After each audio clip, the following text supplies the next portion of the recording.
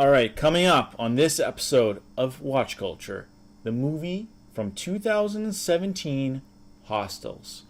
It is a movie that stars Christian Bale, Wes Studi, and Rosamund Pike, and is directed by Scott Cooper. I think you're going to enjoy it.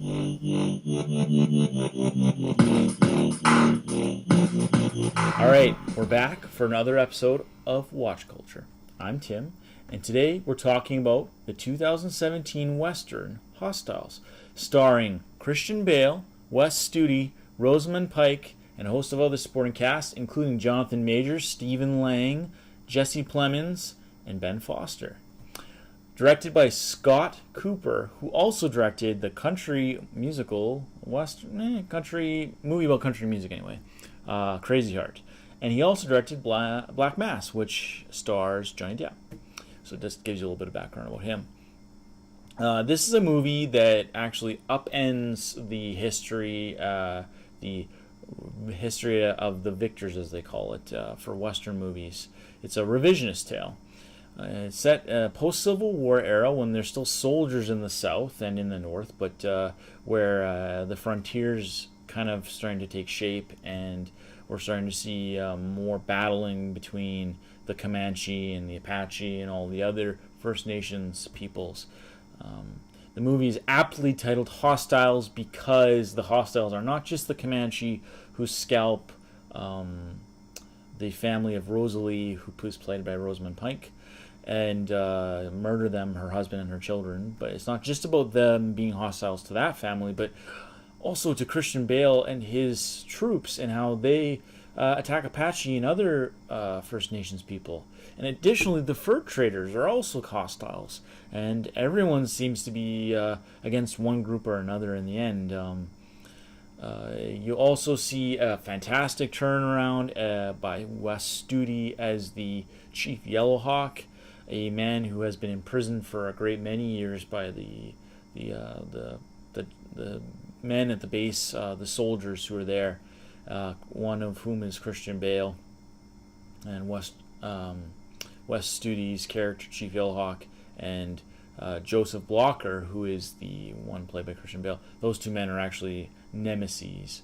But unfortunately, Mr. Blocker is tasked with the responsibility of taking Chief Yellowhawk and his family home to the mountains because his captain, or his commanding officer rather, played by Stephen Lang, tells him that the Chief Yellowhawk has cancer and it's time for him to go home. He's been in prison for a great many years and it's time to end that. Unfortunately, Mr. Blocker, Joseph Blocker, is racist and doesn't believe that it's his desire or his responsibility to do that, but he does it begrudgingly. So what we see is, as they're going along their journey to return the chief and his family back to their homeland, that's where we run into Rosamund Pike's character and all the challenges that come with facing off against the bloodthirsty Comanche.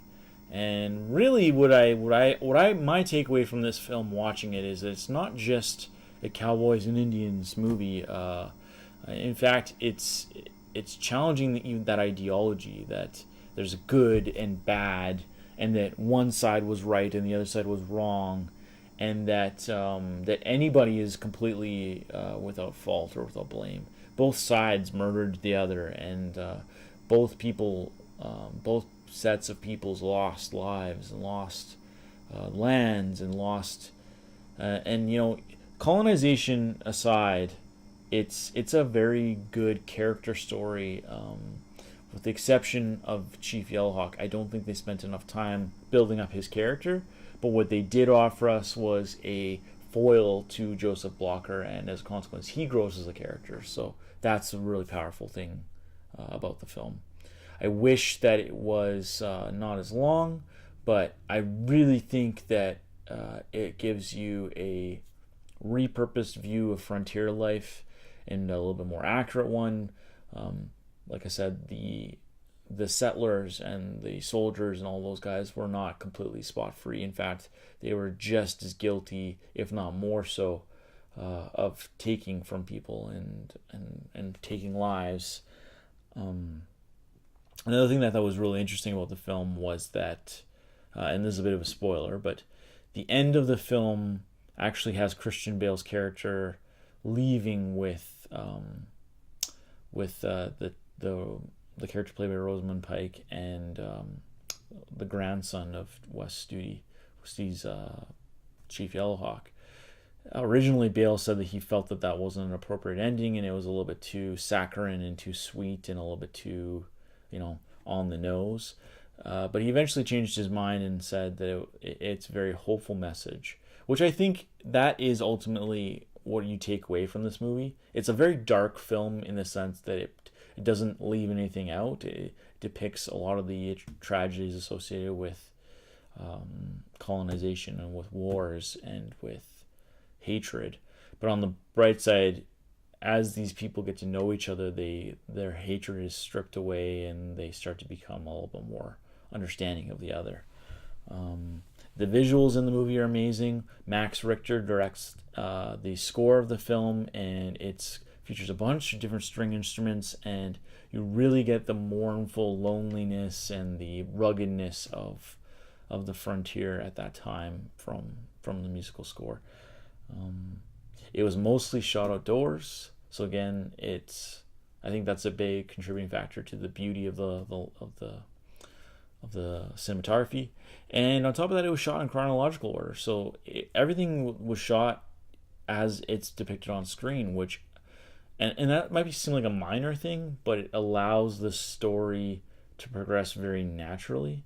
Whereas most times when things are shot piecemeal, you may lose some of the story in the final edit because the characters and the actors don't always know what preceded it or what follows the scene.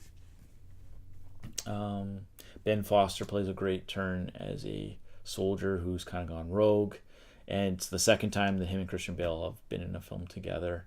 The first being 3:10 to Yuma, which is another Western. And actually, something I was thinking about before recording this that was really funny was that Ben Foster's also done Hell or High Water in recent years, and I think he's very good at doing Western films. So that's another reason to watch this movie.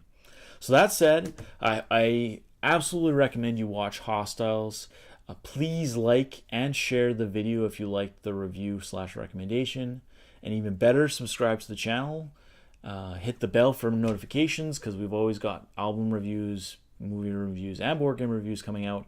Additionally, we do tons of discussions about popular culture on Crosstalk and the professional interviews I do with artists. So that said, this has been Watch Culture. Thanks for watching, and we'll see you next time.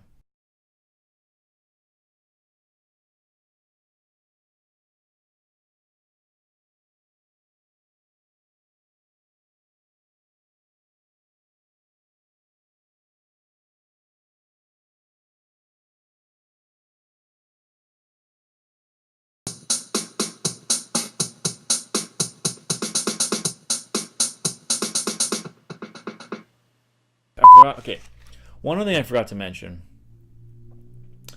Man, why didn't I say that? So screenwriter Donald E. Stewart actually wrote this back in the 90s, and he died in 1999, but his wife found the script when she was moving houses, and that's how this game came to be.